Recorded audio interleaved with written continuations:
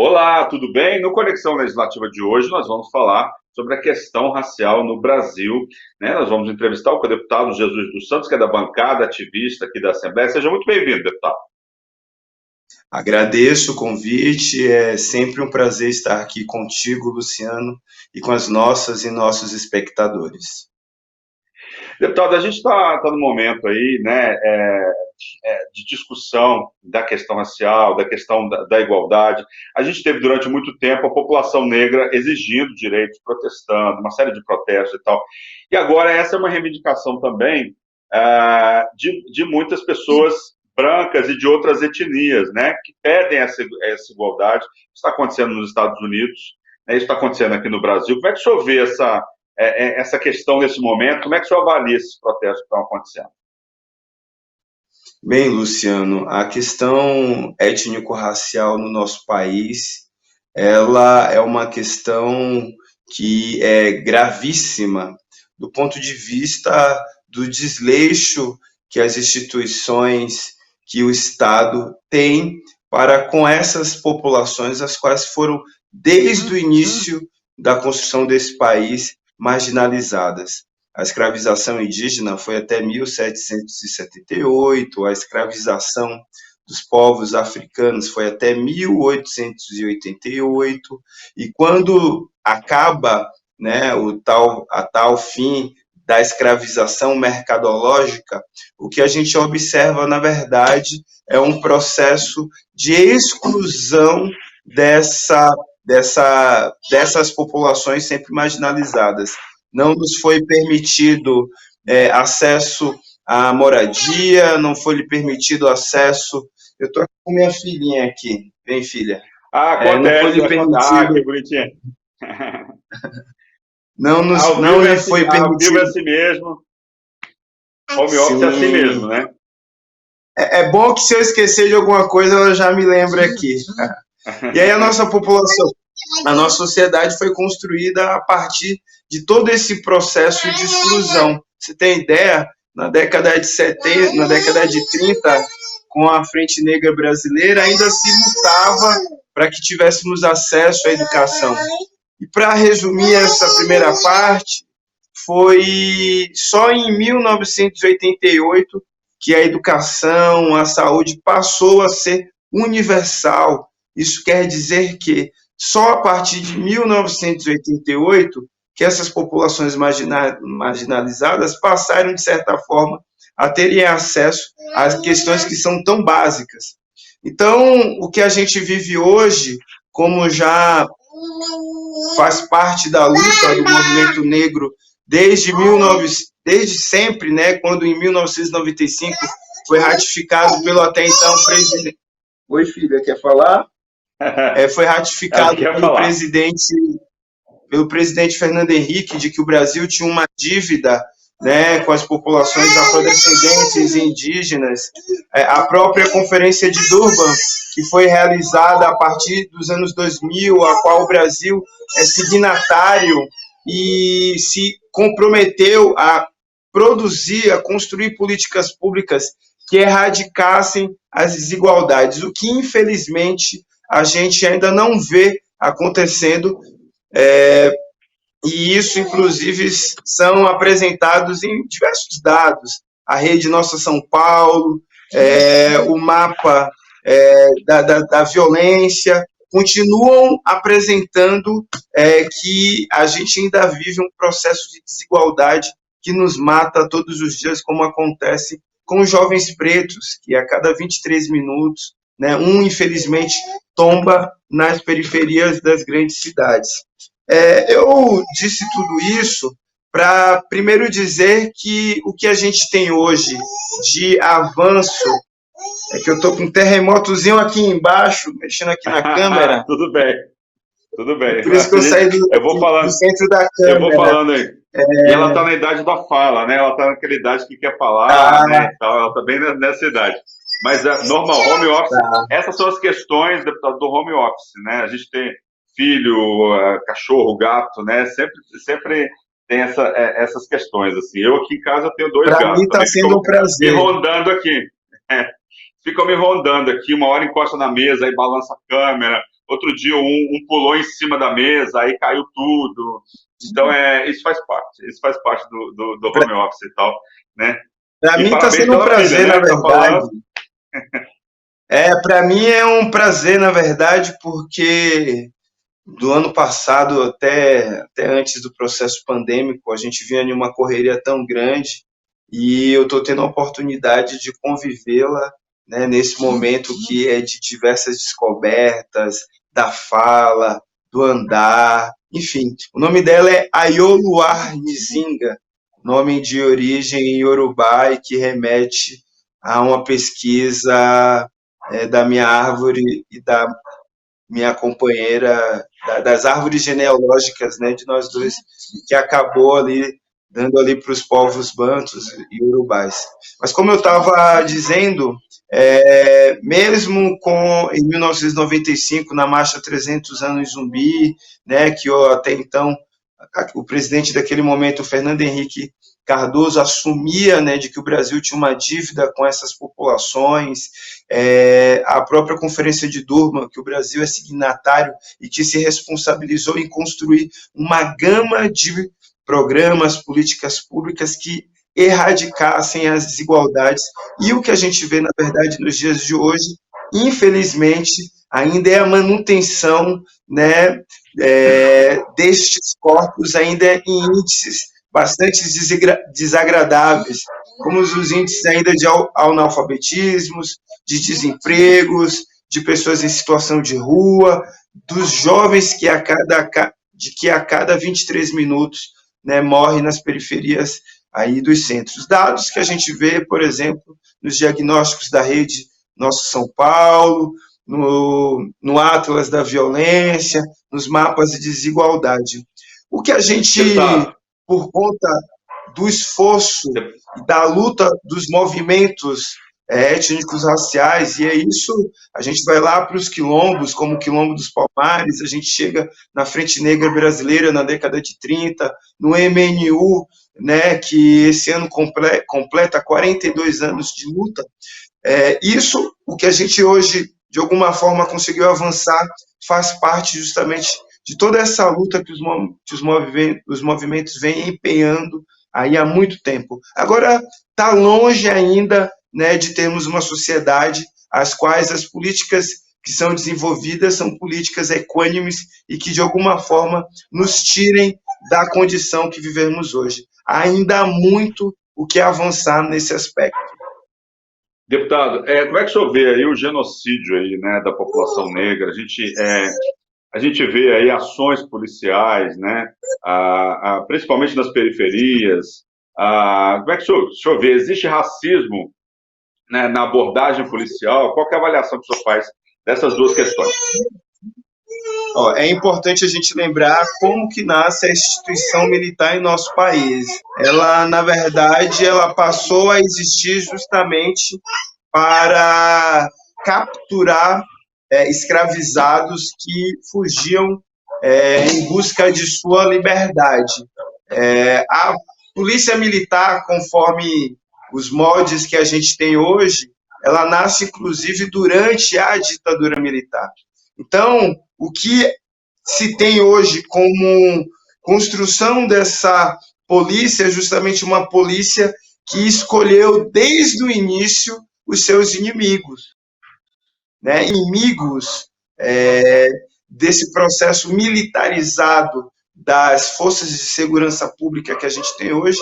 Ela tem cara, ela tem cabelo, ela tem lábios, ela tem nariz. Existe hoje uma característica, uma fundada suspeita, como nos diz o Código de Processo Penal, que caracteriza a quem são essas pessoas, né, que a polícia colocou como seus inimigos. E a gente vê isso por uma série de fatores, né? O número alto de pessoas encarceradas, o número alto de pessoas que são mortas já nas abordagens policiais. Hoje eu, infelizmente, assisti um vídeo, porque na Lesp a gente tem um grupo de trabalho que tem discutido muito a questão das abordagens policiais, que fazem parte universidades.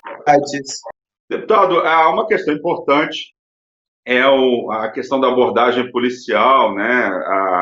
No mundo inteiro, lá nos Estados Unidos os protestos começaram por conta aí da abordagem policial lá que foi feita com George Floyd, né? Que acabou morrendo. Como é que o senhor vê essa abordagem no mundo e aqui especificamente aqui no Brasil hoje? Existe racismo nas polícias?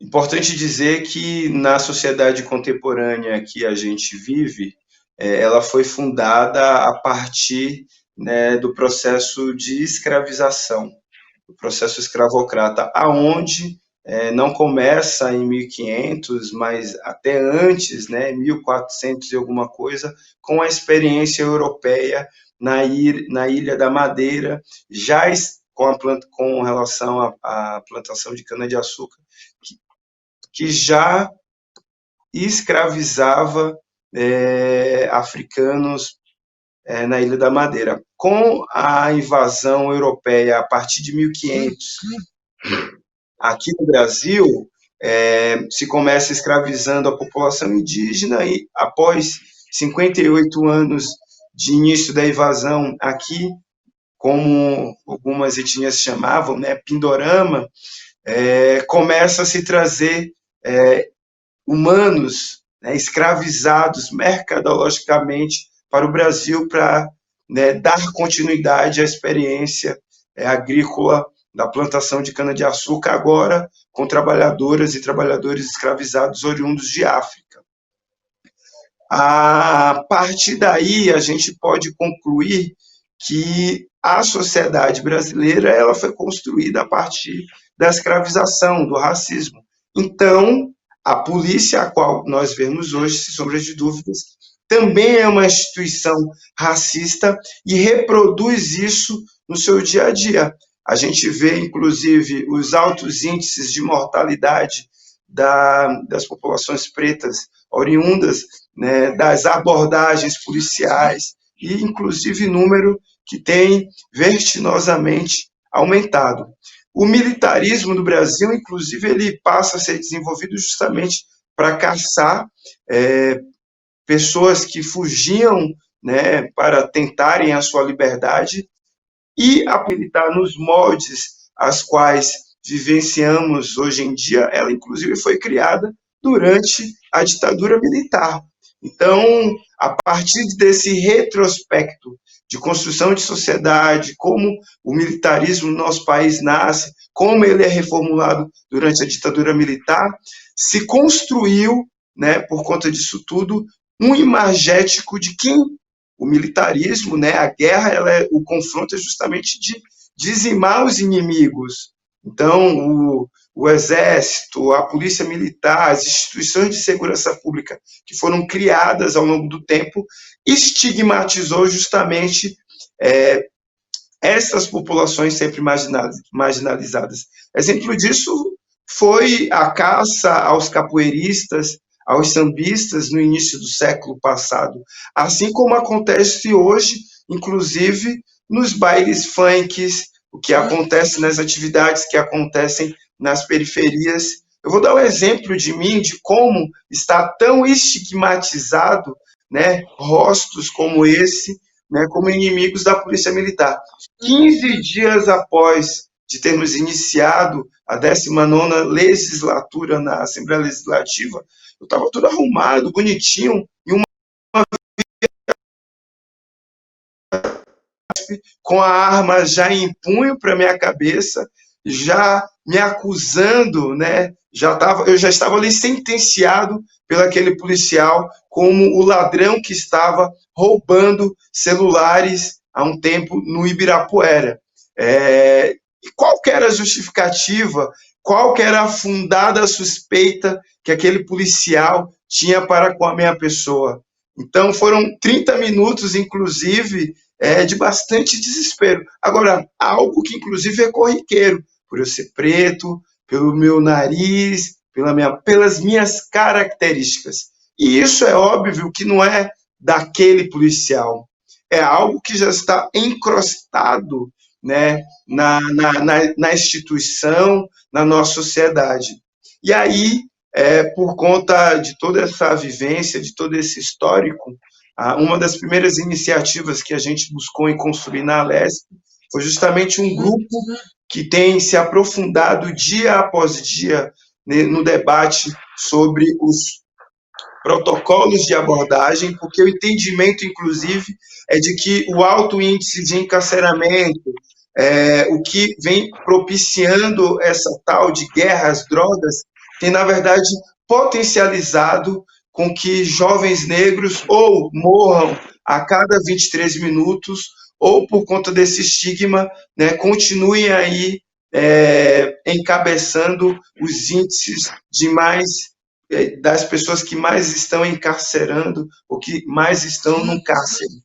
E o entendimento, e o que a gente tem, inclusive, articulado, é entender por que os protocolos operacionais padrão, policiais, os tal POP, eles são tão fechados, a gente não tem acesso, não é tão publicizado assim.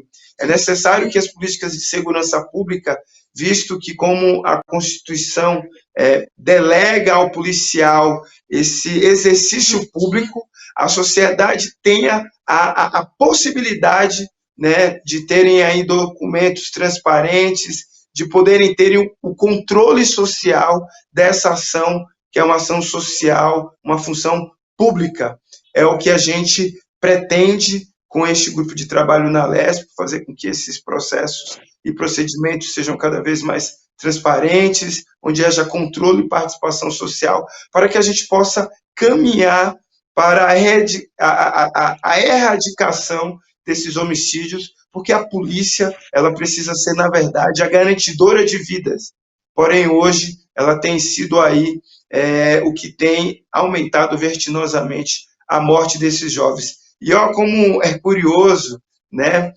Certa vez, uma pesquisadora chamada Daisy Benedito, em uma das suas palestras, apresentou que se esses jovens, né, não fossem mortos sistematicamente, contribuiria, inclusive, de forma significativa para o INSS, né, para as previdências sociais, contribuindo, inclusive, para o déficit que o próprio Estado alega sempre ter. Então, a gente está muito preocupado com as discussões, né, como o certo comandante da Polícia Militar certa vez falou que na periferia atende de um jeito, em bairro nobre atende de outro, a exemplo do que aconteceu em Alphaville, né, um empresário estava ali, né, provavelmente agredindo a sua companheira, inclusive esse foi o chamado feito por ela, o policial foi lá e foi totalmente humilhado. Então a gente precisa avançar para uma polícia que garanta vidas, uma polícia que, de fato, não seja promotora, né, dessa mortalidade que só vem crescendo aí no último período. Deputado, a população negra sofre no país, no Brasil hoje, um racismo diário. O racismo é vivido todo dia por vocês? Com certeza, todos os dias. Seja ao sair de casa, seja ao pegar um transporte público, porque é importante entender que o processo genocida da nossa sociedade não se dá apenas pelas mortes causadas pelas forças de segurança pública. Se dá quando, numa cidade onde os maiores índices de vulnerabilidade e risco social estão atrelados às populações pretas, que majoritariamente estão nas periferias, e elas não conseguem acesso à educação, não conseguem acesso à saúde, não conseguem ter moradia, Então, o processo genocida se dá no apagamento das suas identidades, das suas culturas. Então, o racismo, né, ele se dá cotidianamente em todas as esferas, em todos os espaços que essas populações se encontram, sejam no trabalho, sejam na rua, sejam nas universidades, seja em qualquer lugar. A gente ainda não encontra. Você, em um momento atrás, me fez uma pergunta sobre o quão tem sido importante as não negras, os não negros, estarem ativamente participando desse processo da luta contra o racismo. E eu trago isso aqui justamente para responder o que você nos trouxe aqui. A população preta sofre constantemente o racismo, porque o racismo é oriundo, né, de quem não é negro, de quem não é negra. Então, quanto mais pessoas brancas passam a entender os seus privilégios e a lutar contra o racismo, contra o processo de preconceito, isso se dará lá na frente, né, a gente de fato ter uma sociedade aonde eu não serei mais estigmatizado, não sofrerei mais preconceito pela minha cor, pelos meus traços fenótipos. Então, se faz fundamental para que a gente cotidianamente não vivencie o racismo em nossas vidas, que as populações brancas, as quais são as responsáveis diretas, né, pela produção, né, da narrativa racista em nossa sociedade, interfira, e aí sim a gente vai ver a diminuição dessas questões. Enquanto isso não acontece, infelizmente, como o Martin Luther, como o Martin King já falou, fez em seu discurso em 1958, ainda sonharemos, né, um dia sermos de fato iguais e equíveis. Deputado, para a gente encerrar a nossa discussão, o que uma casa como a Assembleia pode fazer para ajudar nessa questão racial, para ajudar nessa busca de equidade nos tempos de hoje, ainda mais diante aí dessas manifestações? A gente tem protocolado na LESP alguns projetos de leis que contribuem enormemente, né, para o avanço aí de uma sociedade mais equível, como cotas no serviço público legislativo, como a promulgação, né, do 20 de novembro estadual, uma data de fundamental importância e lembrança de como o movimento negro vem resistindo dia após dia, que é o dia de Zumbi dos Palmares e Dandaras, 20 de novembro.